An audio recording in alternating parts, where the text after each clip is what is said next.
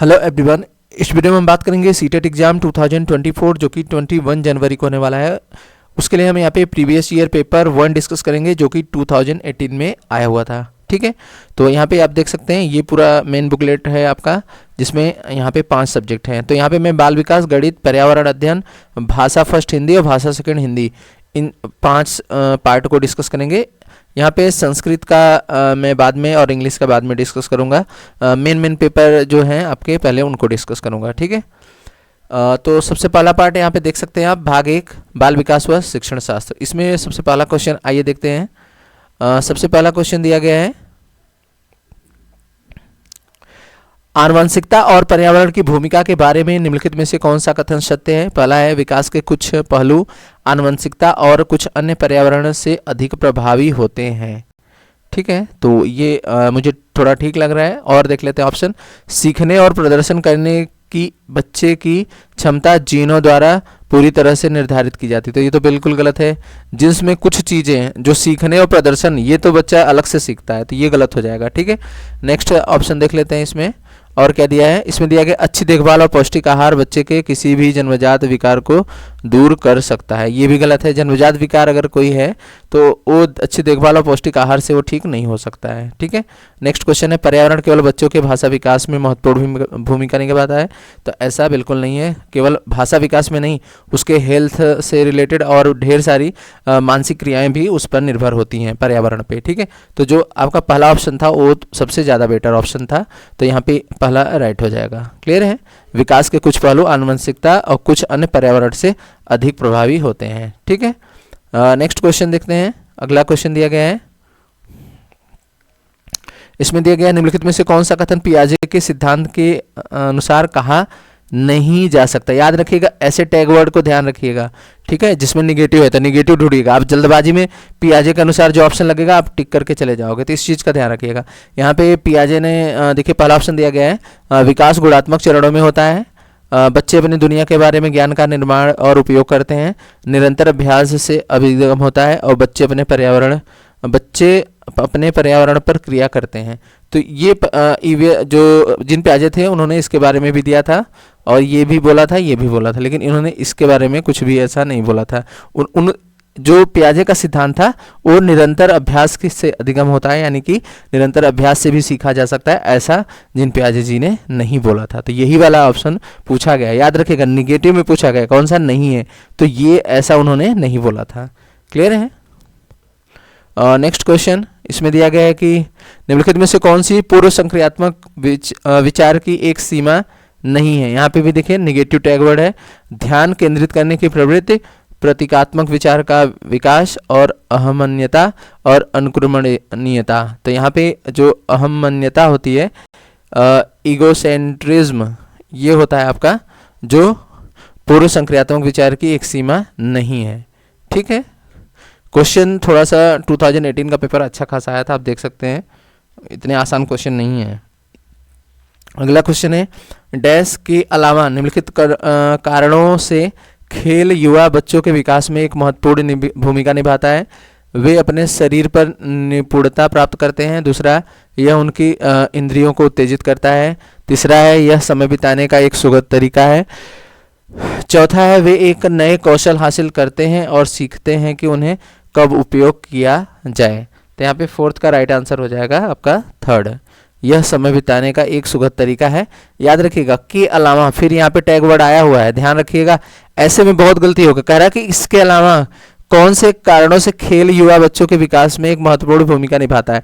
मतलब ये सभी तो ठीक हैं, लेकिन ये समय बिताने के लिए होता है, ये गलत है। तो यही पूछा है के अलावा, इस चीज़ को ध्यान रखते हुए जाइएगा।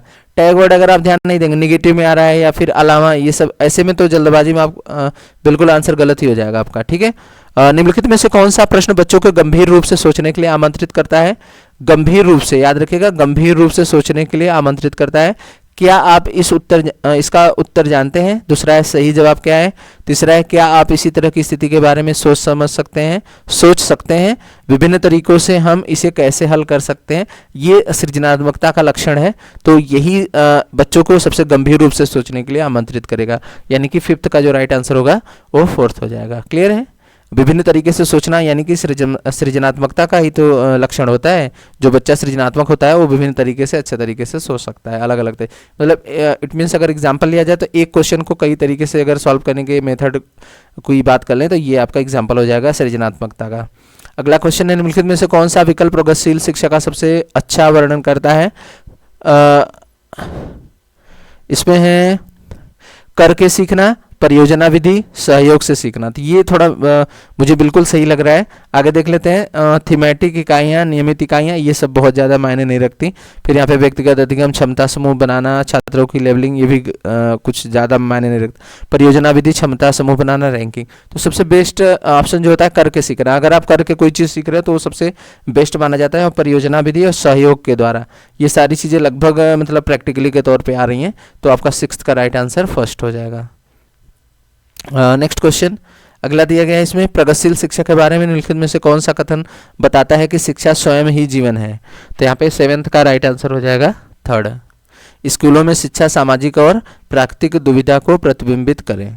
ठीक है, थोड़ा सा मैं यहाँ पे हर एक क्वेश्चन बहुत ज़्यादा डिटेल में नहीं डिस्कस करूंगा क्योंकि आपके पास बिल्कुल टाइम नहीं बचा है। आपका पेपर परसों ही है, नहीं परसों तो नहीं है, यानी आज 18 है तो 19, 20, 21 आपके पास 2 दिन का टाइम है, 19, 20 और आज का जो भी टाइम शाम का बचा हुआ है, बस इतना ही टाइम बचा है। तो थोड़ा सा तेज़ी से कराऊंगा कि और भी पेपर मुझे कंप्लीट कराने। एक तरीके से ये आपके लिए थोड़ा सा एक पेपर से पहले वार्म अप हो जाएगा।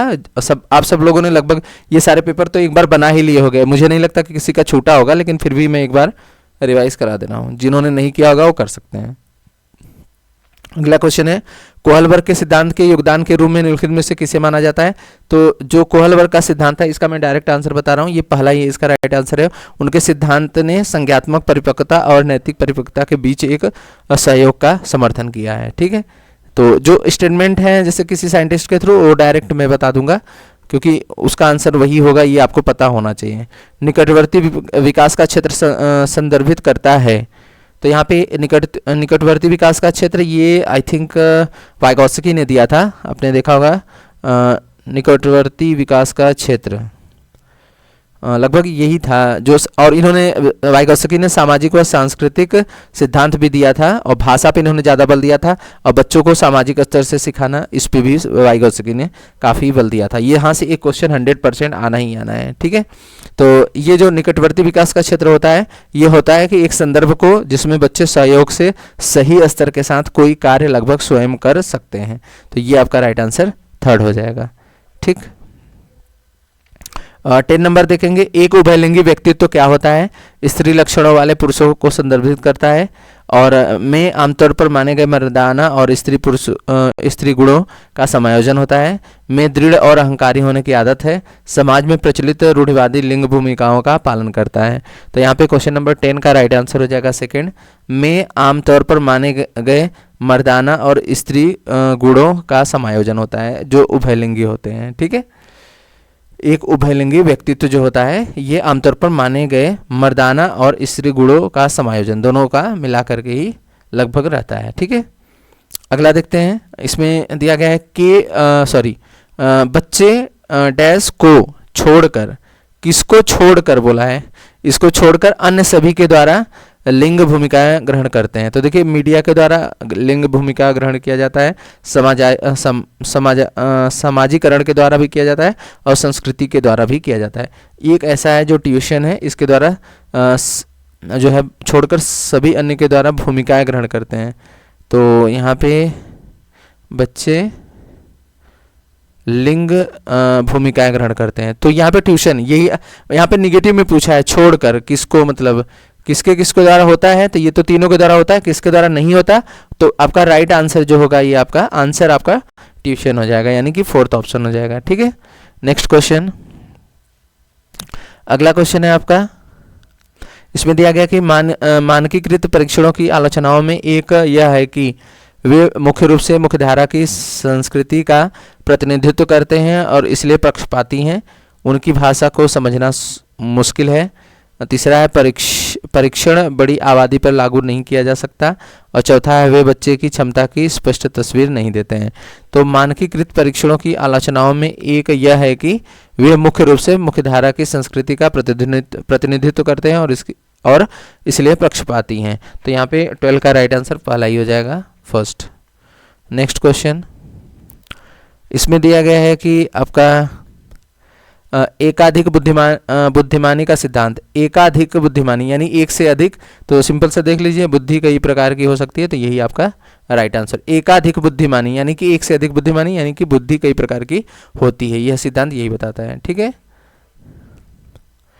नेक्स्ट, शिक्षक सीखने के लिए मूल्यांकन और सीखने के मूल्यांकन दोनों का उपयोग, याद रखिएगा, दोनों का उपयोग कर सकते हैं। सीखने के लिए मूल्यांकन एक ये है और सीखने के मूल्यांकन दोनों अलग अलग चीज़ है।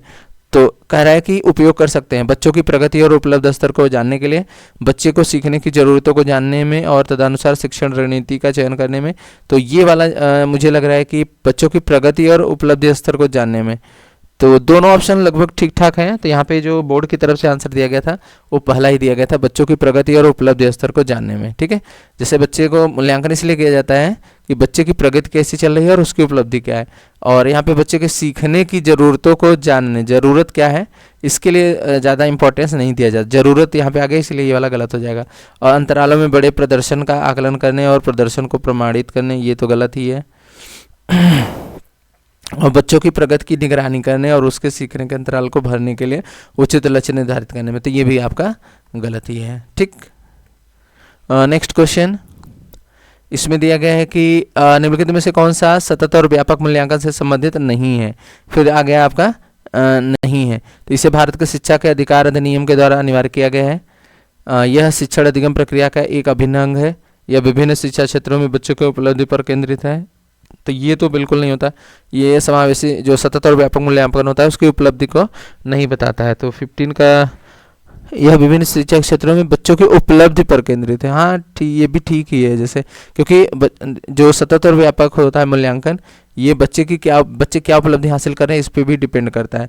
और यहाँ पे एक और ऑप्शन है बच्चों को धीमे, खराब या बुद्धिमान के रूप में चिन्हित करने के लिए, ये आपका गलत है। तो यही आपका राइट आंसर हो जाएगा, क्योंकि यहाँ पे निगेटिव में पूछा गया था, यानी कि नहीं है।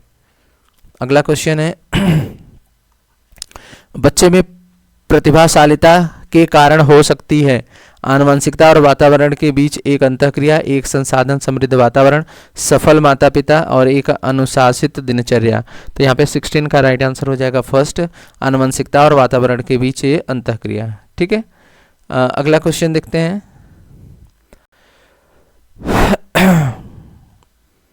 इसमें दिया गया है कि सामाजिक आर्थिक रूप से वंचित पृष्ठभूमि के आने वाले बच्चों को कक्षा में माहौल की आवश्यकता होती है जो उन्हें अच्छा व्यवहार सिखाता है, उन्हें सांस्कृतिक और भाषाई ज्ञान को महत्व देता है तथा उसका उपयोग करता है, उसकी भाषा के उपयोग को हतोत्साहित करता है ताकि वे मुख्यधारा की भाषा सीख सकें, और चौथा है बच्चों को उनकी क्षमताओं के आधार पर वर्गीकृत करता है। तो 17 का राइट आंसर हो जाएगा सेकंड, उनके सांस्कृतिक और भाषाई ज्ञान को महत्व देता है तथा उनका उपयोग करता है। ठीक है। याद रखिएगा सीटेट में हल्के क्वेश्चन देख रहे हैं ना, 3-4 लाइन के तो आपके क्वेश्चन है और उसके साथ साथ ही आपके ऑप्शन ही 2-2 लाइन के हैं। ठीक है। तो यहाँ पे पढ़ने में बहुत टाइम जाता है क्वेश्चन में। अगला क्वेश्चन है कक्षा में सृजनात्मक और प्रतिभाशाली बच्चों के लिए आवश्यक हस्तक्षेप निर्भर करता है शिक्षक द्वारा अनुकूलित प्रेरक और निर्देशक तरीकों के उपयोग पर, उन्हें अतिरिक्त समय दे जाने के पर, उनके प्रति स्नेही होने के नाते पर, उन्हें अन्य बच्चों को पढ़ाने की जिम्मेदारी देने पर। तो यहाँ पे 18 का राइट आंसर हो जाएगा फर्स्ट, कक्षा में सृजनात्मक और प्रतिभाशाली बच्चों के लिए आवश्यक हस्तक्षेप निर्भर करता है कि शिक्षक द्वारा अनुकूलित और प्रेरक निर्देशन तरीकों के उपयोग पर। क्लियर है। अगला क्वेश्चन, इसमें दिया गया अति संवेदनशील बच्चों को सीखने में मदद करने के लिए निम्नलिखित में से कौन सा तरीका उपयुक्त उपयुक्त तरीका नहीं है। यह कार्य को छोटे और प्रबंधनीय खंडों में तोड़ना, अधिगम के वैकल्पिक तरीकों की पेशकश, उनके दैनिक कार्यक्रम में शारीरिक गतिविधि का समायोजन, बेचैन होने पर अक्सर उन्हें फटकार लगाना। तो यहाँ पे देखिए नहीं पूछा गया तो फटकार लगाने के लिए एकदम मना किया जाता है। ठीक है। अगला क्वेश्चन है कि अलग अलग सोच वाले पैटर्न पर उन बच्चों की पहचान करते हैं। तो ये तो बहुत आसान है, अलग अलग सोच रखने वाले क्या होते हैं, सृजनात्मक हैं। ठीक। अगला क्वेश्चन, इसमें दिया गया निम्नलिखित में से कौन सा शिक्षक द्वारा कक्षा में बच्चों के लिए समस्या हल करने के तरीकों का वर्णन नहीं करता है। देखिए ना, निगेटिव भर भर के है, इस चीज़ का ध्यान रखिएगा। किसी विशेष समस्या को हल करने के बारे में अपने विचार प्रक्रियाओं पर चर्चा करना, कुछ हल करते समय गलतियों को करने के प्रति ईमानदार रहना, और सोच विचार परीक्षण और विभिन्न तरीकों जैसी शब्दावली का प्रयोग करना, और अवसर उत्तरों वाले प्रश्नों पूछना। तो 21 राइट आंसर हो जाएगा आपका फोर्थ, अभिसरण उत्तरों वाले प्रश्न पूछना। फिर इसके बाद क्वेश्चन है निम्नलिखित में से कौन सा एक संवेग है। तो सिंपल पता है, डर जो होता है संवेग होता है। इसमें अगला क्वेश्चन है कि एक 3 साल का बच्चा बताता है कि दूध बूथ पर एक मशीन द्वारा दूध का उत्पादन होता है। निम्नलिखित में से कौन सा बच्चे की समझ का सबसे अच्छा स्पष्टीकरण प्रदान करता है। बच्चे को दुनिया का बहुत सीमित ज्ञान है, यानी कि अनावरण। बच्चे का जवाब दूध बूथ से दूध खरीदने के अनुभव पर आधारित है। ये सबसे बेस्ट ऑप्शन मुझे लग रहा है। अब बच्चे ने गायों को कभी नहीं देखा है और ये ऐसा तो हो ही नहीं सकता। बच्चों का परिवार बच्चे के प्रेरक वातावरण का प्रदान नहीं करता। तो यहाँ पे जो सबसे बेस्ट ऑप्शन लग रहा है मुझे सेकंड है। ठीक, अगला क्वेश्चन है निम्नलिखित में से कौन सा शिक्षक की भूमिका का सबसे अच्छा वर्णन करता है। शिक्षक की भूमिका का, कक्षा में शिक्षण की सबसे महत्वपूर्ण भूमिका अनुशासन को बनाए रखना। हाँ ठीक है, लेकिन उतना बेटर नहीं लग रहा है मुझे। एक शिक्षक को, दूसरा ऑप्शन है, एक शिक्षक को निर्धारित पाठ्यपुस्तक का पालन करना चाहिए। ये भी बहुत ज़्यादा इंपॉर्टेंट नहीं लग रहा है मुझे। थर्ड, पाठ्यक्रम को समय से पूरा करने के साथ साथ दोहराने के लिए पर्याप्त समय देना महत्वपूर्ण है। ठीक है, यहाँ पे देखिए सभी ऑप्शन ठीक लग रहे हैं, लेकिन इसमें सबसे बेस्ट ऑप्शन ढूंढना है। आराम के लिए जगह बनाना जहाँ बच्चे संवाद और पूछताछ के माध्यम से सीखते हैं। तो देखिए ये सबसे बेस्ट मुझे लग रहा है। यहाँ पे आराम के लिए जगह बनाने का मतलब ऐसा नहीं कि आराम करने की बात कर रहा है हो। यहाँ पे आराम के लिए जगह बनाने का मतलब है कि बच्चे संवाद और पूछताछ के माध्यम से सीखते हैं। मतलब ऐसी जगह, यानी कि ऐसी क्लास या इस तरीके से मैनेजमेंट बनाइए क्लास में कि बच्चे संवाद करें और पूछताछ के माध्यम से सीखने के लिए तत्पर रहें। तो आपका राइट आंसर फोर्थ हो जाएगा। अगला क्वेश्चन है निम्नलिखित में से कौन सी कक्षा समृद्ध शिक्षा को प्रोत्साहित करती है। पहला है वह कक्षा जिसमें प्रदर्शित विभिन्न प्रकार की सामग्री बच्चों की पहुंच से परे हो ताकि सामग्री लंबे समय तक चलती रहे। वह कक्षा जिसमें खुली गतिविधि कोने हो और विभिन्न प्रकार के बाल साहित्य खुली ताक से रखी हो जो कि दिन में किसी भी समय प्राप्त किया जा सके। ये भी सबसे बेस्ट है। यहाँ पे देखिए फिर ये वाला पिछला जो क्वेश्चन था वही वाला है। वहाँ पे भी बोला गया था वह कक्षा जिसमें खुली गतिविधि कोने हो और विभिन्न प्रकार के बाल साहित्य खुली ताक सेल्फ में रखी हो जो कि किसी समय प्राप्त की जा सके। तो यहाँ पे बच्चे को एकदम फ्रीडम दी जा रही है, तो यही ऑप्शन सबसे बेस्ट माना जाएगा। ठीक, यहाँ पे ढेर सारा ऑप्शन है तो बिल्कुल गलत ही हो जाएंगे। अगला क्वेश्चन है, इसमें दिया गया है कि निम्नलिखित में से कौन सा कक्षा के पाठ्यपुस्तकों की भूमिका का सबसे अच्छा वर्णन करता है। वे कक्षा में उपलब्ध संसाधन और संदर्भ सामग्री में से एक है। वे एक राज्य या राष्ट्र में अधिगम में एक रूपता बनाए रखते हैं। वे अध्ययन में पाठ्यक्रम के बारे में शिक्षकों और माता पिता के मार्गदर्शन प्रदान करते हैं। और चौथा है वे साधन रहित संदर्भ में सबसे आवश्यक अधिगम संसाधन बनाते हैं। तो 26 जो राइट आंसर होगा वो आपका पहला ही हो जाएगा। वे कक्षा में उपलब्ध संसाधन और संदर्भ सामग्री में से एक है। ठीक, अगला क्वेश्चन बहुत ही प्यारा है। राष्ट्रीय पाठचर्या फ्रेमवर्क 2005 में अपनी समझ से प्राप्त की तो मानवतावाद, व्यवहारवाद, रचनावाद, संज्ञात्मक सिद्धांत। इसका राइट आंसर हो जाएगा रचनावाद। अगला क्वेश्चन है कि कक्षा में बच्चों को प्रेरित समझा जा सकता है। वे अच्छी तरह से वर्दी पहने स्कूल में आते हैं। वे कक्षा में अनुशासन बनाए रखते हैं। वे सभी उपस्थिति में नियमित हैं। वे शिक्षक के स्पष्टीकरण प्राप्त करने के लिए प्रश्न पूछते हैं। तो यहाँ पे 28 राइट आंसर हो जाएगा फोर्थ। वे शिक्षक से स्पष्टीकरण प्राप्त करने के लिए प्रश्न पूछते हैं। 29 क्वेश्चन देखेंगे। इसमें दिया गया है कि निम्नलिखित में से कौन से बच्चों के अधिगम में सुधार करने के लिए सबसे अधिक उपयुक्त है। सुधार के लिए तो नियमित मूल्यांकन परीक्षा आयोजित की जानी चाहिए, बहुत ज़्यादा जरूरी नहीं है। शिक्षक को विभिन्न उदाहरणों और चित्रों का उपयोग करते विषय व्याख्या करनी चाहिए। और तीसरा है कक्षा में सभी प्रकार की शिक्षण सामग्री होनी चाहिए। शिक्षक को वास्तविक जीवन स्थितियों पर बच्चों को एक दूसरे के साथ बातचीत करने में मदद करनी चाहिए। तो यहाँ पे 29 का राइट आंसर हो जाएगा, फोर्थ हो जाएगा। यहाँ पे शिक्षक को वास्तविक जीवन स्थितियों पर बच्चे को एक दूसरे के साथ बातचीत करनी चाहिए। ठीक है, तो राइट आंसर इसका फोर्थ हो जाएगा। क्लियर है, यहाँ पे फोर्थ हो जाएगा। इसके बाद यहाँ पे लास्ट क्वेश्चन है बाल विकास का। इसमें दिया गया है कि अनुशासन जो अधिगम वातावरण में एक महत्वपूर्ण भूमिका निभाता है, किस तरह की मदद करता है? बच्चों को अपनी शिक्षा को विनियमित और मॉनिटर करने के लिए, चुप्पी साधने रहने के लिए, शिक्षकों को निर्देश देने में, बच्चों को उनके पाठ रटकर याद करने में। रटकर तो बिल्कुल मना ही रहता है। तो मुझे जहाँ तक लग रहा है 30 का सबसे बेस्ट ऑप्शन पहला ही ऑप्शन है, बच्चों को अपनी शिक्षा को विनियमित और मॉनिटर करने के लिए। ठीक, तो आइए चलते हैं अब यहाँ से। अब आपका मैथ्स का शुरू हो रहा है पार्ट 2। अभी तक बाल विकास के 30 क्वेश्चन थे, अभी देखिए मैथ्स का यहाँ से स्टार्ट हो रहा है। ठीक है, तो आइए चलते हैं, पहला क्वेश्चन देखते हैं यहाँ पे मैथ्स का। पहला क्वेश्चन है, फर्स्ट देखते हैं। प्राथमिक कक्षाओं में बच्चे गणित में क्या सीखते हैं और इसके आकलन का ध्यान किस पर नहीं होना चाहिए? देखिए नेगेटिव आ गया सीधे। गणित अवधारणाओं को समझना, गणितीय भाषा का विकास, गणित की समस्याओं का जवाब देने की सटीकता और तर्क कौशल का विकास। तो कौन सा नहीं होना चाहिए? ठीक है, तो यहाँ पे 31 राइट आंसर हो जाएगा आपका थर्ड। गणित की समस्याओं का जवाब देने में सटीक एकदम आंसर। ऐसा तो जो प्राथमिक कक्षा होती है, बच्चे में गणित में क्या सीखते हैं इसके आकलन का ध्यान किस पर नहीं होना चाहिए? जो सटीक होता है एकदम, जैसे रटने से संबंधित एकदम नहीं होना चाहिए। वो देखिए ये वाला ऑप्शन जो है गणित अवधारणाओं को समझना, ये भी ऑप्शन ठीक है। गणितीय भाषा का विकास होना चाहिए और तर्क कौशल का विकास होना है। तर्क मतलब तर्क वितर्क कर सको आप मैथ्स में भाई। और लेकिन यहाँ पे गणित की समस्याओं का जवाब देने के लिए सटीक आंसर, बस जैसे बोला जाए कि कोई क्वेश्चन दे दिया गया तो ऐसा नहीं कि बस एकदम रटे रहो कि यही चीज़ बस ये एक आंसर हो गया। अरे उसको समझो किस तरीके से क्या हुआ है, इसके बारे में भी आपको नॉलेज होना चाहिए। क्लियर है, तो आपका राइट आंसर थर्ड हो जाएगा। Next question. नेक्स्ट क्वेश्चन में दिया गया है कि प्रारंभिक कक्षाओं में एक गणितीय अवधारणा के विकास में निम्नलिखित निर्देशों का अनुकरण किस प्रकार किया जा सकता है? पहला है चित्र बनाना, दूसरा है प्रतीकात्मक प्रतिनिधित्व का उपयोग करना, अनुभव प्रदान करना, भाषा के माध्यम से समझना। तो 32 राइट आंसर हो जाएगा सेकेंड, यानी कि सबसे पहले आपका थर्ड आएगा, फिर उसके बाद फोर्थ आएगा, ये थर्ड आएगा, ये फोर्थ आएगा, फिर उसके बाद फर्स्ट आएगा और फिर सेकेंड आएगा। क्लियर है, ये ऑर्डर आपको ध्यान रखना है। फिर यहाँ पे दिया गया है कि एक बच्चे ने नीचे दिखाए अनुसार दो संख्याएं घटाई गई हैं।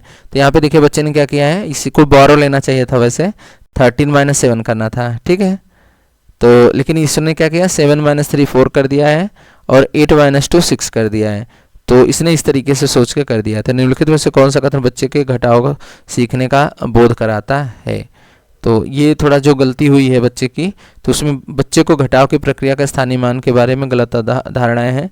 तो यही मुझे ठीक लग रहा है। और बच्चा नहीं जानता कि कैसे घटाया जा सकता है, ये बहुत ज़्यादा फैक्टर नहीं करता। बच्चा दो अंक वाली संख्याओं के घटाव की प्रक्रिया जानता है, तो ये भी गलत है। कहाँ गलत ही कर दिया, यह गलती है और इसे बार बार अभ्यास करके सुधारा जा सकता है। तो यहाँ पे सबसे बेस्ट ऑप्शन क्या है, बच्चे के घटाव की प्रक्रिया के स्थानीय मान के बारे में गलत अवधारणा है, गलत धारणाएं हैं। ठीक है, पहला ऑप्शन राइट हो जाएगा। अगला क्वेश्चन है, अधिगम और आकलन के चक्र में निम्नलिखित चरणों को क्रम में व्यवस्थित कीजिए। शिक्षण अधिगम के साथ एकीकृत आकलन, शिक्षण अधिगम और आकलन की योग्यता का बनाना, उसका संगठन, प्रगति रिपोर्ट का विकास, बच्चों के अधिगम और प्रगति प्रतिपुष्टि रिपोर्टिंग और उसका संचार। तो 34 राइट आंसर पहला ही हो जाएगा, यानी कि ये आपका सेकेंड वाला होगा, फिर उसके बाद फर्स्ट होगा, उसके बाद आपका थर्ड होगा और उसके बाद फोर्थ होगा। क्लियर है, इस चीज़ को ये थोड़ा अच्छे से समझ के रखिएगा।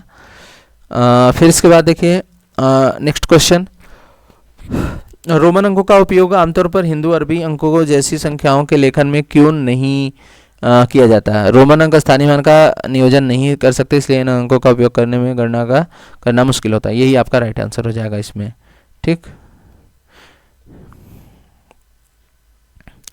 इसमें दिया गया एक शिक्षक अपनी कक्षा में बच्चों को उनके परिवेश में मौजूद वस्तुओं के भौतिक गुणों को अपने शब्दों में समझाने के लिए प्रोत्साहित करता है। अपने छात्रों के साथ ऐसी गतिविधि करने के पीछे शिक्षक का सबसे उचित उद्देश्य क्या है? यह एक बहुत ही रोचक गतिविधि है जिसके कारण ही अवधारणा को पुनः देखने के लिए खाली समय में किया जा सकता है। ठीक है, और इसके बाद दिया गया है यहाँ पे, बच्चे अपनी भाषा में वस्तुओं को समझाने का आनंद लेते हैं और वे डम्बस राडस खेलने का आनंद लेते हैं। और तीसरा ऑप्शन दिया है और चौथा दिया है। तीसरा ऑप्शन है, यह बच्चों को अनौपचारिक रूप से किसी वस्तु के भौतिक गुणों का निरीक्षण करने का अवसर देता है और आकारों के बारे में उनकी समझ को गहन बनाता है। और यह एक उपयोगी गतिविधि है जो एक बच्चे के आकारों का परिचय कराती है। तो यहाँ पे जो आपका 36 है, इसका राइट आंसर हो जाएगा थर्ड। यह बच्चों को अनौपचारिक रूप से किसी वस्तु के भौतिक गुणों का निरीक्षण करने का अवसर देता है जो आपको जो आकारों के बारे में उसकी समझ को आपका गहन बनाता है। ठीक है, नेक्स्ट क्वेश्चन है, इसमें दिया गया है अशिक्षित दुकानदार द्वारा प्रयोग किए जाने वाले गणित कक्षा में उपयोगी नहीं है। तो ये तो गलत है, ऐसा नहीं, सभी गणित उपयोगी है, सभी गणितीय समस्याओं को हल करने में बहुत उपयोगी है, ये भी ठीक है। गणितीय समस्याओं को हल करने में बहुत ज़्यादा उपयोगी नहीं है, ये वाला तो नहीं होगा। फिर वे स्पष्टता और बहुत कम स्तर की शुद्धता है, नहीं, ऐसा भी नहीं हो सकता। वे अस्पष्टता, अस्पष्ट मतलब क्या नहीं है, तो भाई स्पष्ट होता है, तो ये वाला भी आपका गलत ही हो जाएगा। और की संबंधित समस्याओं को हल करने में वैकल्पिक रणनीति के रूप में कक्षाओं में शिक्षकों के द्वारा चर्चा करनी चाहिए। तो ये जैसे जो अनपढ़ है, यानी कि सॉरी अनपढ़ नहीं बोल सकते यहाँ पे, अशिक्षित बोलिए, अशिक्षित दुकानदार द्वारा, तो इसका उपयोग बच्चों के साथ भी टीचर को करना चाहिए। ठीक है, फिर आगे है, एक शिक्षक को गणित कक्षा में बच्चों के एक विषम समूह को कैसे संभालना चाहिए। तो यहाँ पे 38 राइट आंसर हो जाएगा। यहाँ पे मैं डायरेक्ट बता देता हूँ क्योंकि इन सब में पढ़ने में बहुत टाइम जाएगा, फिर वीडियो ऑलरेडी बड़े होने वाली है, क्योंकि यहाँ पे मैं 4 सब्जेक्ट डिस्कस करने वाला हूँ। अलग अलग क्षमताओं वाले बच्चों को एक साथ समूहित कर ताकि वे एक दूसरे को सीख या समझ सकें। ठीक है, अगला क्वेश्चन, इसमें दिया गया है कि गणित में सीखने के प्रतिफल इसलिए विकसित किए गए हैं ताकि प्रतिफल का मतलब उसका जो आउटपुट आ रहा है, गणना के लिए बच्चों को लघु विधियाँ बताई जाएँ, विभिन्न शैक्षिक सर्वेक्षणों में बच्चों की उपलब्धियाँ बनाई जाएँ, और फिर इसके बाद है बच्चों द्वारा हासिल की जाने वाली कक्षावार दक्षता और कौशल को परिभाषित किया जाए, वर्ष की अंत परीक्षाओं के लिए बच्चों को तैयार किया जाए। तो यहाँ पे जो आपका 39 है, इसका राइट आंसर हो जाएगा थर्ड, बच्चों द्वारा हासिल की जाने वाली कक्षावार क्षमता और कौशल को परिभाषित किया जाए। अगला क्वेश्चन है कि निम्नलिखित में से कक्षा में हो रहा कौन सा कार्य एक गतिविधि है। शिक्षक समझाते हैं कि प्रश्न कैसे हल करें। दूसरा है बच्चों के द्वारा कविता के रूप में गिनती का वाचन, बच्चों द्वारा सैंपट से नकल करना और बच्चों का अन्वेषण में लगना। तो यहाँ पे 40 का राइट आंसर हो जाएगा फोर्थ, बच्चों का अन्वेषण में लगना। यहाँ पे नेक्स्ट क्वेश्चन है, बच्चों के बीच गिनती के कौशल को विकसित करने के लिए निम्नलिखित में से कौन सा पूर्व संख्या अवधारणा के रूप में सीखने के लिए आवश्यक नहीं है। एक संगतता, क्रमबद्धता, संख्या का यादृच्छिक रूप से पढ़ना, समूह बनाना। तो यहाँ पे 41 राइट आंसर हो जाएगा आपका थर्ड, संख्या नाम यादृच्छिक रूप से पढ़ना। अगला क्वेश्चन है, एक बच्चे से यह पूछने पर कि क्षेत्रफल क्या है, उसके लंबाई तथा चौड़ाई उत्तर दिया। क्षेत्रफल की अवधारणा के बारे में बच्चे की समझ के बारे में क्या कह सकते हैं। बच्चे को क्षेत्रफल की अवधारणा के बारे में कोई जानकारी नहीं है। और फिर इसके बाद है आपका बच्चे के किसी भी बंद आकार के क्षेत्रफल के समान विकास को आयतन के क्षेत्रफल के रूप में प्रयोग किया। बच्चा सही कह रहा है कि क्षेत्रफल लंबाई इंटू चौड़ाई है। बच्चा क्षेत्रफल और परिमाप की अवधारणा के बीच में उलझन में है। तो यहाँ पे आपका 42 राइट आंसर हो जाएगा सेकेंड, कि बच्चे ने किसी भी बंद आकार के क्षेत्रफल के सामान्य विचार को आयत के क्षेत्र के रूप में उपयोग किया है। अगला है, गणित सीखने के संबंध में निम्नलिखित में से कौन सा कथन सत्य है। गणित सीखने के लिए एक कठिन विषय है। आमतौर पर लड़कियां गणित में कमजोर होती हैं, ये भी गलत है। हर कोई गणित सीख सकता है। तो सबसे बड़ा अच्छा ऑप्शन यही है आपका, ठीक, थर्ड, हर कोई गणित सीख सकता है। और यहाँ पे दिया गणित केवल कठोर अभ्यास से सीखा जा सकता है, ऐसा भी नहीं है। तो आपका थर्ड राइट आंसर हो जाएगा। अगला क्वेश्चन है, पाइथागोरस प्रमेय को सिखाने के लिए एक शिक्षक एक सीट पर वितरित की है जिस पर समकोण वाले 4 त्रिभुजों को खींचा गया और बच्चे को त्रिभुज की भुजाओं के बीच संबंध खोजने के लिए कहा गया। उपर्युक्त स्थिति में शिक्षक ने प्रयोग किया है। इसमें आगमन विधि, निगमन विधि, व्याख्यान विधि, प्रयोगशाला विधि, इन्होंने आगमन यानी इंडक्टिव मेथड का यूज किया है। आपका 44 राइट आंसर हो जाएगा, आपका फर्स्ट हो जाएगा आगमन विधि। अगला क्वेश्चन है आपका, निम्नलिखित में से कौन सा कथन संकल्पना मानचित्र के बारे में सही नहीं है? निगेटिव में बहुत क्वेश्चन पूछे गए हैं, तो यहाँ पे सेकंड हो जाएगा, संकल्पना मानचित्र केवल शिक्षकों द्वारा ही बनाया जाना चाहिए। अगला क्वेश्चन है यहाँ पे कैलकुलेशन से रिलेटेड है। इसका एलसीएम लेंगे तो ये हो जाएगा 15, 3 5 जा 5 2 जा 10 हो जाएगा, और यहाँ पे 5 3 जा 3 4 जा 12 हो जाएगा, यानी कि हो जाएगा 22/15। और इसे डिवाइड कर लीजिएगा 22 में, 15 का 15 1 जा 15, तो यहाँ जाएगा 7, तो 17/15। तो आपका राइट आंसर थर्ड हो जाएगा, यहाँ पे राइट आंसर थर्ड हो जाएगा। तो ये है आपका 46 का थर्ड। अगला क्वेश्चन देखते हैं। इसमें बोला गया है कि दिए गए आकारों में निम्नलिखित में से कौन सा कथन ठीक नहीं है? देखिए निगेटिव में बहुत पूछे गए हैं, तो यहाँ पे 4 फिगर दिए गए हैं। ये आपका पैलोग्राम जैसा दिख रहा है, यानी कि, और फिर ये आपका स्क्वायर है, ये रेक्टेंगल है, ये रोम्बस है। सभी समांतर चतुर्भुज हैं, इनमें से एक समांतर चतुर्भुज नहीं है, और इसमें से दो सम चतुर्भुज हैं, और इसमें 2 आयत हैं। तो यहाँ पे जो राइट आंसर होगा इसका, इसमें दिया गया इसमें से एक समांतर चतुर्भुज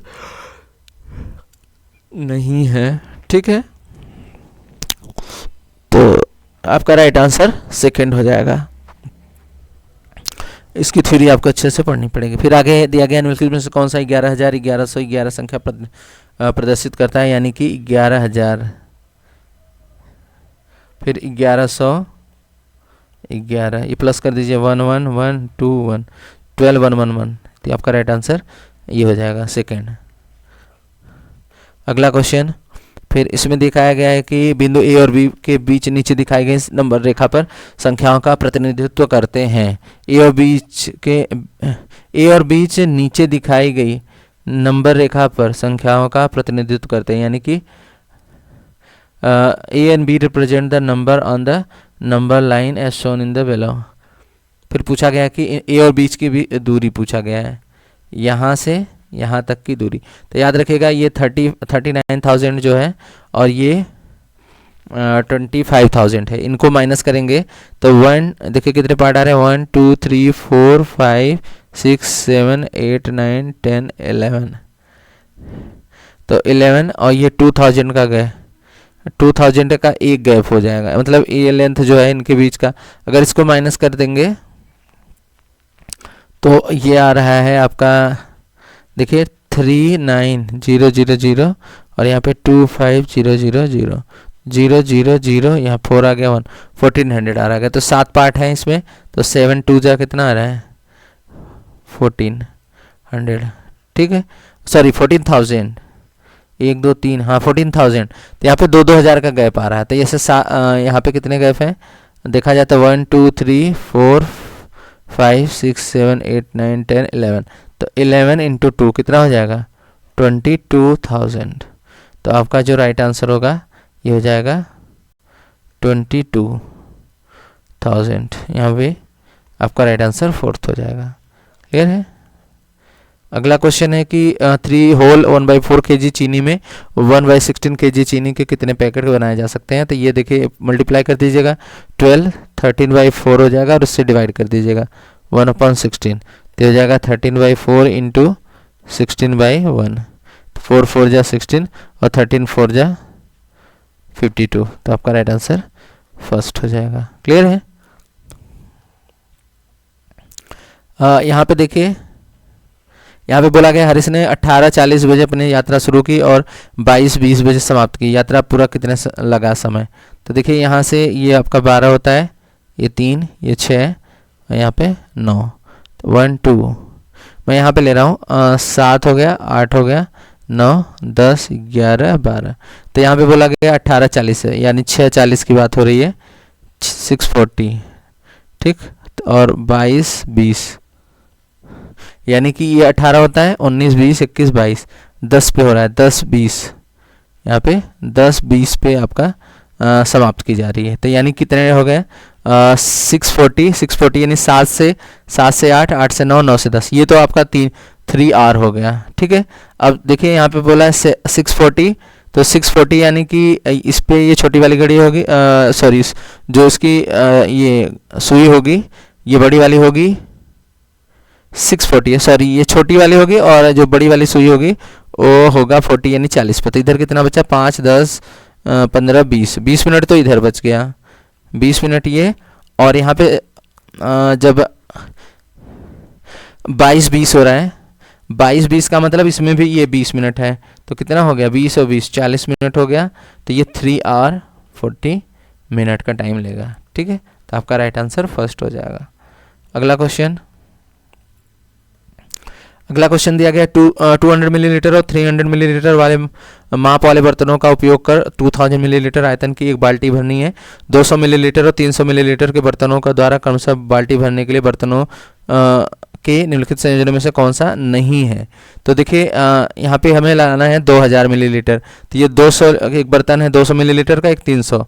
तो देखिए अगर इसको लेंगे तो ये 200 का है, तो 200 और प्लस ये 3 और 6 है तो 1800, तो ये हो जाएगा 2000 आ रहा है, तो ये सही है आपका।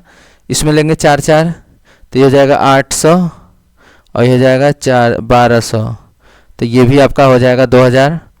फिर आगे देखिए इसमें 200 का लेना है 7, तो ये हो गया 1400 और प्लस 2 का 3 लेना है 600, तो ये भी 2000 हो जा रहा है। ठीक है, और इसका लेंगे तो 1200 हो जाएगा और 3 का लेंगे तो 900 हो जाएगा, तो ये हो गया कुछ ज़्यादा ही हो जा रहा है, 12 और 20 2100 हो जा रहा है, मतलब ये आपका गलत हो गया। तो यही आपका राइट आंसर नहीं है, क्योंकि आंसर आपका किस में पूछा गया है, कौन सा सही नहीं है। क्लियर है।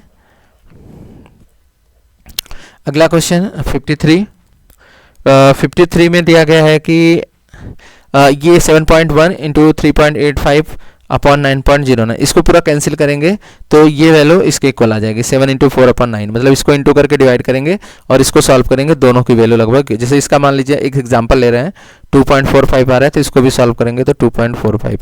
एग्जाम्पल मैं ले रहा हूँ कि दोनों वैल्यू इक्वल आएगी, ये मैं एग्जैक्ट नहीं ले रहा हूँ, आप इसको करके देख लेना। ठीक है, फिर इसमें दिया गया है कि यदि ग्रिड में एक छोटा वर्ग जो ये है मान लीजिए 4 वर्ग का, यानी इसका एरिया कितना है 4 है, तो यहाँ पे साइड स्क्वायर होता है, साइड स्क्वायर बराबर 4, तो साइड बराबर निकालेंगे तो कितना आ जाएगा 2 आ जाएगा, तो यानी 2 2 2 2, ये 2 ये 2, तो ये देखिए इधर भी 2 हो जाएगा और इधर भी 2 हो जाएगा, तो ये हो जाएगा 12, लगभग 12 2 है, 4 4 8 8 4 12, तो यहाँ पे 12 हो जाएंगे। तो और एक का एरिया कितना है, लेंथ है, पेरीमीटर पूछा गया है, तो 4 ये 2 4 6 8 ये 8 16 16 20 और 4 24, तो आपका राइट आंसर कौन सा होगा, यहाँ पे राइट आंसर होगा आपका थर्ड 24 इकाई। क्लियर है। अगला क्वेश्चन, इसमें दिया गया कि एक बच्चे ने 5 विषयों में से प्रत्येक में 75 अंक प्राप्त किए, बच्चे द्वारा प्राप्त अंकों की माध्यिका, तो 5 हैं 75 75 75 75 और 75, मतलब सारे 75, 1 2 3 4 5, तो देखिए मीडियन में तो डायरेक्ट इधर से हटा दीजिए, जो बीच में बचा वही आपका आंसर हो जाएगा 75। मीडियन के लिए आपका ऑड है तो बिल्कुल आसान ही है। फिर आगे दिए गए ठोस में निम्नलिखित में से मोड़कर बना जा सकता है, तो इसको मोड़ेंगे तो आपका इस तरीके से दिखेगा, सेकंड आपका राइट आंसर हो जाएगा। इसमें देखिए पाई चार्ट का क्वेश्चन है, यदि निम्नलिखित पाई चार्ट के भाग लगभग 40 है, लाल भाग है, ये 40 है, तो ये पूरा इधर का भी पूरा ये दोनों मिला के कितना रहा होगा 40 रहा होगा, और इसका आधा पार्ट आपका पीला है, तो यानी ये 20 रहा होगा, तो इन दोनों में कितना रहा होगा, यहाँ पे देखिए इन दोनों का पार्ट कितना रहा होगा 20 रहा होगा, तो अगर ये 20 है तो ये 10 होगा और ये 10 होगा, दोनों बराबर ही तो हैं, तो आपका राइट आंसर सेकंड हो जाएगा। इस तरीके से आप जल्दी से आंसर दे सकते हैं। फिर अगला क्वेश्चन है, निम्नलिखित ठोस आकार का निरीक्षण कीजिए और निम्नलिखित में से कौन सा दिए गए ठोस की ऊपरी सतह को प्रदर्शित करेगा। ऊपर से देखेंगे तो कैसा दिखेगा, इन चारों ऑप्शन में बताना है आपको, ये चारों ऑप्शन दिए गए हैं। ठीक है, तो देखिए जब ऊपर से आप देखेंगे तो ये एक ये स्क्वायर, एक ये, तो यानी 1 2 3 4 स्क्वायर एक लाइन में दिखेंगे, तो यानी कि पहला ऑप्शन क्या हो गया, राइट हो जाएगा। अगला है कि निम्नलिखित में से किसकी लागत अधिकतम है, यानी कॉस्ट प्राइस किसकी ज़्यादा है, तो यहाँ पे जो सेकंड है इसकी कॉस्ट प्राइस क्या है, ज़्यादा है। ठीक है, इसमें आप निकाल लीजिएगा इसे इंटू करके, 250 का प्रत्येक पैकेट 200 पैकेट है, तो इसका मल्टीप्लाई इसमें कर दीजिएगा और इसका मल्टीप्लाई इसमें कर दीजिएगा, तो ये 20 दर्जन है, तो प्रत्येक उसका दाम इतना है, तो 20 यानी 20 इंटू 12 कर दीजिएगा पहले, ये हो गया 24, 240, 240 इंटू ये करिएगा 250, तो इसका ज़्यादा आ जाएगा, तो इसलिए यहाँ पे आपका सेकंड का ज़्यादा है। ठीक, और यहाँ पे देखिए सम संख्या, ये एक सीरीज दी गई है सम संख्या पदों तक, तो देखिए ये कैंसिल हो गया, 2, 2 4, 2 6, तो सम संख्या तक कर रहे हैं तो उसकी वैल्यू क्या आ रही है, 0 आ रही है। अब आपका शुरू हो रहा है यहाँ से ईवीएस। ठीक, ईवीएस में देखेंगे इस यहाँ पे देख सकते हैं, मैं थोड़ा सा दिखा दूँ आपको पहले प्रॉपर तरीके से।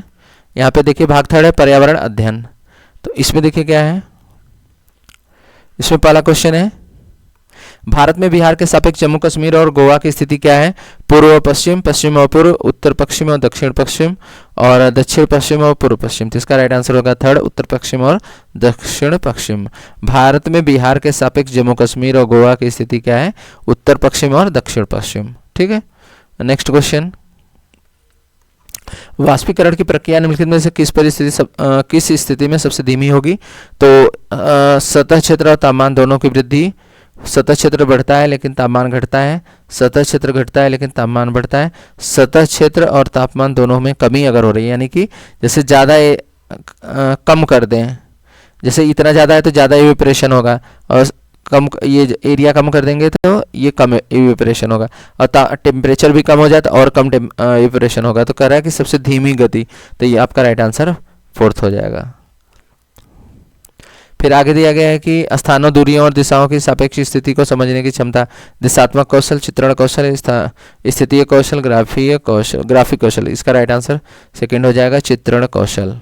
अगला क्वेश्चन दिया गया है कि किस राष्ट्रीय पाठचर्या फ्रेमवर्क एनसीएफ ने प्राथमिक स्तर पर एकीकृत पाठचर्या के क्षेत्र के रूप में पढ़ाए जाने के लिए पर्यावरण अध्ययन की सिफारिश की थी, तो ये की थी एनसीएफ 1975 में। ये याद रखिएगा, थोड़ा इंपॉर्टेंट है।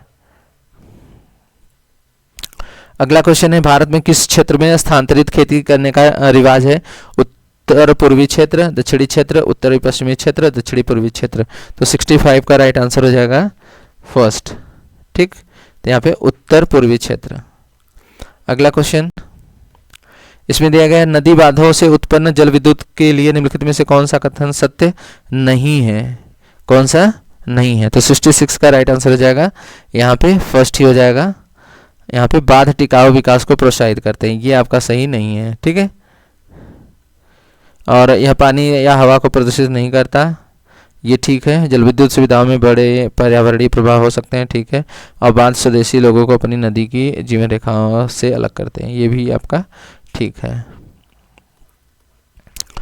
अगला क्वेश्चन है कि निम्नलिखित में से कौन सी ग्रीन हाउस गैसेस हैं, कार्बन डाइऑक्साइड, मीथेन, जलवाष्प। ये आपके तीनों ही, ऑल ऑफ दीज हो जाएगा यहाँ पे, तीनों ही आपकी ग्रीन हाउस गैस हैं। अगला क्वेश्चन है कि भारत में ठंडे रेगिस्तान मानसून से प्रभावित क्यों नहीं होते, तो यह ठंडे रेगिस्तान में गर्मियाँ और बेहद ठंडी सर्दियाँ होती हैं, तो ये ऐसा कुछ नहीं है। ठंडे रेगिस्तान हिमालय की वृष्टि छाया में होते हैं, ये आपका राइट है। ठंडे रेगिस्तान में हवा बहुत पतली होती है, ये भी गलत है। और यहाँ पे ठंडे रेगिस्तान बहुत ऊंचाई पर होते हैं, ये भी आपका गलत ही है। तो राइट आंसर आपका सेकेंड ही सही है। अगला क्वेश्चन, इसमें दिया गया ताजमहल के पीले होने के लिए निम्नलिखित में से कौन सा जिम्मेदार है, nitrogen oxide, sulphur dioxide, sulphur, chlorine. तो यहाँ पे राइट आंसर सेकंड हो जाएगा। फिर ये क्वेश्चन है आपका, गोलकोंडा किला किसने बनवाया था, चोल राजवंश, चाणक्य राजवंश, काकतीय राजवंश, पल्लव राजवंश। तो इसका राइट आंसर हो जाएगा काकतीय राजवंश ने गोलकोंडा का किला बनवाया था। ठीक, फिर इसके बाद है 15 ग्राम पर मिलीलीटर घनत्व और 3 मिलीग्राम आयतन वाले किसी वस्तु का द्रव्यमान क्या होगा, तो घनत्व बराबर क्या होता है, द्रव्यमान बटा आयतन। तो हमें यहाँ द्रव्यमान निकालना है, तो घनत्व कितना है हमारा 15, और आयतन ये इंटू हो जाएगा तो 3, तो ये हो जाएगा 45 ग्राम। तो ये आपका राइट आंसर सेकंड हो जाएगा। अगला क्वेश्चन, इसमें से निम्नलिखित में से कौन सी अदिश राशि है, अदिश और सदिश ऐसी राशियाँ, मतलब यहाँ पे अदिश राशि जो होती है which quantity have only magnitude not direction, तो अदिश होता है। और which quantity have magnitude as well as direction, यानी कि ऐसी राशियाँ जिसमें परिमाण हो तथा दिशा न हो तो अदिश राशि होती है, और जिसमें परिमाण दिशा दोनों हो वो सदिश राशि होती है। यहाँ पे अदिश राशि पूछा गया है, द्रव्यमान, गुरुत्वाकर्षण, संवेग, भार। तो देखिए गुरुत्वाकर्षण ये ग्रेविटी होती है, नीचे की तरफ काम करती है, तो ये आपका डायरेक्शन होती है, तो ये सदिश राशि हो जाएगी। ये भी सदिश राशि, ये भी सदिश राशि, ये आपका अदिश राशि है, तो यही आपका राइट आंसर हो जाएगा। नेक्स्ट क्वेश्चन, एक ऐसी वस्तु जिसमें कोई प्रकाश किरण पुंज नहीं गुजर सकती या गुजर नहीं सकती कहलाती है। तो ये तो बहुत सिंपल है, अपारदर्शी बोला जाता है उसे, ठीक। फिर इसके बाद क्वेश्चन दिया गया, पृथ्वी की सतह पर किसी वस्तु का भार क्या होगा जिसका द्रव्यमान चंद्रमा की सतह पर 10 kg है, सॉरी 10 kg है। तो याद रखिएगा, जो चंद्रमा जैसे अर्थ का भार जो होता है वो चंद्रमा पे 1/6 हो जाता है, तो यानी कि चंद्रमा पे 10 kg है तो ये 6 का गुणा हो जाएगा, यानी कि 10 से 60 kg हो जाएगा। अर्थ पे जो भार होगा जिसका, ये बोला ना पृथ्वी की वस्तु का जो भार चंद्रमा पे 10 kg है तो पृथ्वी पे कितना होगा, 60 kg। अगला क्वेश्चन, एक विलेय का विघटन दर डैश पर निर्भर करता है, दाब, तापमान, सतह क्षेत्र, भार। तो ये सतह क्षेत्र पर, विलेय का विघटन दर सतह क्षेत्र पर निर्भर करता है। अगला क्वेश्चन है, सुषमा चाहती है कि उसके छात्रों को पेड़ों के संरक्षण के लिए संवेदनशील बनाया जाए। निम्नलिखित में से कौन सी ऐसा करने की सबसे उपयुक्त रणनीति है? कक्षा में बहस आयोजित करना, समूह चर्चा, पोस्टर बनाना, बच्चों को एक पौधों को अपनाने और पोषित करने में मदद करना। तो 76 राइट आंसर हो जाएगा आपका, 4th हो जाएगा, बच्चों को एक पौधे को अपनाने और पोषित करने में मदद करना। नेक्स्ट क्वेश्चन, इसमें दिया गया है कि अभय ने अपने छात्रों से उन बीमारियों पर समूहों में एक सर्वेक्षण करने के लिए कहा है जिसमें उसके पड़ोस के लोग पीड़ित थे। पाठ्यपुस्तक में सर्वेक्षण का उल्लेख नहीं किया गया है। इस शिक्षण अधिगम की रणनीति के लिए कौन सा विकल्प प्रासंगिक नहीं है? तो यहाँ पे जो राइट आंसर हो जाएगा आपका 77 राइट आंसर हो जाएगा, 4th। इसमें समुदाय को उन बीमारियों को समझने में मदद मिलेगी जिससे वे पीड़ित थे। ये और भी बड़ा क्वेश्चन है, आपातकालीन परिस्थिति के बारे में बात करने के लिए प्रिया ने अपने बच्चों के अनुभव पूछे जब कभी आपात स्थिति का सामना करना पड़ा। बच्चों ने आग, बिजली झटके और सड़क दुर्घटना के साथ अपने अनुभव सुनाए। उन्होंने प्रश्न पूछे, उनकी मौजूदा समझ का आकलन किया और समाचार पत्रों में सड़क सुरक्षा विज्ञापनों और संसाधनों का उपयोग करते सुरक्षा पहलुओं पर चर्चा की और क्रमशः आग और बिजली के झटके पर सुरक्षा दिशा निर्देशों पर चर्चा के लिए LPG और इलेक्ट्रिक बिल का इस्तेमाल किया। प्रिया द्वारा अपनाया गया सबसे उपयुक्त दृष्टिकोण कौन सा है? तो ये आपका जो राइट आंसर होगा, इसमें आप देख सकते हैं यहाँ पे संज्ञानात्मक दृष्टिकोण, अनुभवात्मक अधिगम दृष्टिकोण, अन्वेषण दृष्टिकोण और मानववादी दृष्टिकोण। तो यहाँ पे जो राइट आंसर होगा क्वेश्चन नंबर 78 का, ये हो जाएगा 3rd, अन्वेषण दृष्टिकोण। फिर अगला है समुदाय एवं एक महत्वपूर्ण शिक्षण और अधिगम संसाधन है क्योंकि यह सस्ता और सुलभ है। बुजुर्ग लोग बुद्धिमान हैं और उनके पास समय है। यह वास्तविक स्थिति से सीखने का अवसर प्रदान करता है। कोई भी समुदाय में उपलब्ध समस्त ज्ञान को बिना आलोचना के स्वीकार कर सकता है। तो हाँ, इसका जो राइट आंसर होगा 79 था ना ये, तो 79 का राइट आंसर हो जाएगा आपका 3rd। यह वास्तविक परिस्थिति में सीखने का अवसर प्रदान करता है। EVS की शिक्षण अधिगम में कक्षा में प्राप्त अधिगम को विद्यालय के बाहर जीवन जोड़ने हैं और इन्हें समृद्ध करने का तात्पर्य है पुस्तकों से बाहर जाना। तो यहाँ पे पुस्तकों से थोड़ा सा अलग होकर ही सोचेंगे तभी ये चीज़ें पॉसिबल हो सकती हैं, ठीक है। तो 80 का राइट आंसर हो जाएगा 1st। 81 देखते हैं। इसमें दिया गया कि कक्षा 3rd के छात्रों को रमा ने सिखाया कि पिता, माँ और उनके बच्चे एकल परिवार का गठन करते हैं और यदि दादा दादी एवं अन्य रिश्तेदार साथ रहते हैं तो यह एक विस्तारित परिवार है। आप इसके बारे में क्या सोचते हैं? परिवार की परिभाषा गलत है। रमा अपने छात्रों के प्रति असंवेदनशील है। शिक्षण अधिगम दृष्टिकोण समावेशी नहीं है। परिवार की अवधारणा को इसी तरह सिखाया जाना चाहिए। तो 81 का राइट आंसर हो जाएगा 3rd, शिक्षण अधिगम दृष्टिकोण समावेशी नहीं है। आपका राइट आंसर 3rd हो जाएगा। 82 देखेंगे। निम्नलिखित में से EVS कक्षा में गतिविधि या गतिविधियां हैं: चित्र बनाना, फील्ड भ्रमण, श्यामपट्ट का उपयोग और उपयुक्त सभी। तो यहाँ राइट आंसर 4th हो जाएगा सभी। अगला क्वेश्चन है, पर्यावरण अध्ययन पाठ्यक्रम बच्चों की समग्र शिक्षा का कारण बन सकता है यदि यह एकीकृत, समावेशी, विषयगत, उपयुक्त सभी। तो यहाँ पे आपका 83 राइट आंसर हो जाएगा, फोर्थ उपयुक्त सभी। याद रखिएगा सीटेट में जब ऐसे क्वेश्चन आए ना तो थोड़ा सा अगर दो ऑप्शन आपको एक जैसा लग रहा है और उपयुक्त सभी का ऑप्शन है तो ज़्यादातर चांस रहता है कि all of these he option सही रहते हैं। ठीक है, अगला क्वेश्चन देखते हैं। ईवीएस पाठ्य पुस्तक में सपेरों पर एक अध्याय है, इसका उद्देश्य बच्चों को जागरूक कराना और संवेदनशील बनाता है कि यह एक अवैध कार्य है सपेरों के लिए क्योंकि बच्चे इन दिनों अक्सर उन्हें नहीं देखते हैं, और कि सपेरे सांपों को नुकसान नहीं पहुंचाएं और उन्हें अपनी आजीविका से वंचित करने से पहले विकल्पों को प्रदान करने की आवश्यकता है। यानी कि अगर उन्हें आप सांप से पकड़ने के लिए मतलब जो उनकी आजीविका है उसको ख़त्म कर रहे हैं तो सबसे पहले उस पे विकल्प क्या है, आप उनको क्या काम दे रहे हैं, इस पर भी ध्यान देना जरूरी है क्योंकि फिर उनके पास कुछ काम नहीं रह जाएगा तो खाएं पिएंगे कैसे। ठीक है, फिर इसके बाद है यहाँ पे मिड डे मील से संबंधित एक क्वेश्चन है। विद्यालय में मिड डे मील के संबंध में समय के लिए कौन सा सबसे प्रासंगिक है? शिक्षण अधिगम के साथ इसका कोई लेना देना नहीं है। पहला ऑप्शन ईवीएस शिक्षण अधिगम के लिए एक अच्छा शिक्षण अधिगम का अवसर है। यह उन बच्चों के लिए जो विद्यालय में खाली पेट आते हैं, यह शिक्षण अधिगम के बहुत ही मूल्यवान समय को बर्बाद करता है।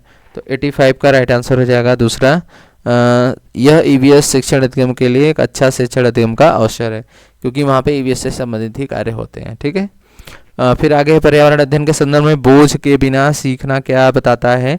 स्कूल बैग का कम वजन, ईवीएस पाठ्यपुस्तकों के में अध्यायों की कम संख्या, अबोध का भार कम करने की जरूरत है, ईवीएस पाठ्यक्रम को आधा कम करने की जरूरत है। तो 86 राइट आंसर हो जाएगा थर्ड, अबोध का भार कम करने की जरूरत है। इसके बाद देखेंगे यहाँ पे दिया गया है कि ईवीएस कक्षा में समूह में सीखने का क्या उद्देश्य है? लड़के और लड़कियां अलग अलग सीख सकते हैं, कम और उच्च प्रदर्शन करने वाले छात्रों को अलग करना और उपचारात्मक शिक्षा देना, सहयोग के मूल्यों को लागू करने और एक साथ काम करने के लिए प्रत्येक बच्चे को सक्रिय रूप से भाग देने और सीखने में सक्षम बनाना, और फिर इसके बाद लास्ट ऑप्शन है छात्रों को आसानी से प्रतिबंधित करना और वर्कलोड को कम करना। तो 87 राइट आंसर हो जाएगा आपका थर्ड, सहयोग के मूल्यों को लागू करने और एक साथ काम करने के लिए प्रत्येक बच्चे को सक्रिय रूप से भाग लेने और सीखने में सक्षम बनाना। अगला क्वेश्चन, यहाँ पे बाला का पूरा रूप क्या है? मस्तिष्क सहायता प्राप्त अधिगम असाइनमेंट, अधिगम सहायक के रूप में ब्रेल, अधिगम सहायक के रूप में बिल्डिंग्स और ब्रेल सहायता प्राप्त अधिगम आकलन। तो 88 राइट आंसर हो जाएगा थर्ड, अधिगम सहायता के रूप में बिल्डिंग। ठीक, फिर इसके बाद है वैकल्पिक ढांचे का क्या अर्थ है? विभिन्न भौतिक घटनाओं का पाठ्यपुस्तक स्पष्टीकरण, विचार जो अवधारणाओं के औपचारिक रूप से स्वीकृत स्पष्टीकरण से अलग है, वर्तमान में वैज्ञानिकों और सामाजिक वैज्ञानिकों द्वारा आयोजित विचार, सभी विचार जो दृढ़ता से बच्चों द्वारा अर्जित किए जाते हैं। तो 89 राइट आंसर हो जाएगा सेकंड, विचार जो अवधारणाओं और औपचारिक रूप से स्वीकृत स्पष्टीकरण से अलग है। और लास्ट क्वेश्चन है महिलाएं पुरुषों की तुलना में कमजोर है, यह है मिथक, वैज्ञानिक तथ्य, रूढ़िबद्ध धारणा, अंधविश्वास। तो जो यहाँ पे आंसर दिया गया था, देखिए यहाँ पे दो ऑप्शन लगभग ठीक ठाक है, मिथक भी हो सकता है, रूढ़िबद्ध धारणा। तो इस पे जब ये क्वेश्चन आया था तो काफ़ी इस पे चर्चा हुई थी और लोग बोल रहे थे दोनों ऑप्शन सही हैं, लेकिन जो सीबीएसई की तरफ से आंसर दिया गया था मिथक दिया गया था कि ये मिथ है, हम लोगों ने बना रखा है। ठीक है, कि महिलाएं पुरुषों की तुलना में कमजोर होती हैं, ये मिथ होता है। ठीक है, या रूढ़िबद्ध धारणा भी एक तरीके से बन गई है माइंड में, ये भी ऑप्शन था, लेकिन माना कौन सा गया था? मिथक। तो अगर ये दोनों ऑप्शन देंगे तो मिथक लगाइएगा क्योंकि सीबीएसई ने यही माना है, और एक अगर ये मिथक नहीं है, रूढ़िबद्ध धारणा है, तो ये वाला भी सही हो जाएगा। ठीक है, तो ये तो 3 सेक्शन, अभी 3 ही कराता हूँ क्योंकि ये वीडियो काफ़ी बड़ी हो गई है 1 आवर के आसपास। तो जो आपका लैंग्वेज वाला पार्ट है वो बाद में देखने को मिलेगा, और लैंग्वेज आसान होती है तो सभी कर भी लेते हैं। ठीक है, तो अगली वीडियो में मैं अलग सब्जेक्ट देखूंगा, अलग ईयर का पेपर लेके आऊँगा। ठीक है, तो वीडियो कैसा लगा? वीडियो पसंद आया तो लाइक करिएगा और चैनल को सब्सक्राइब करिए। Thank you for watching.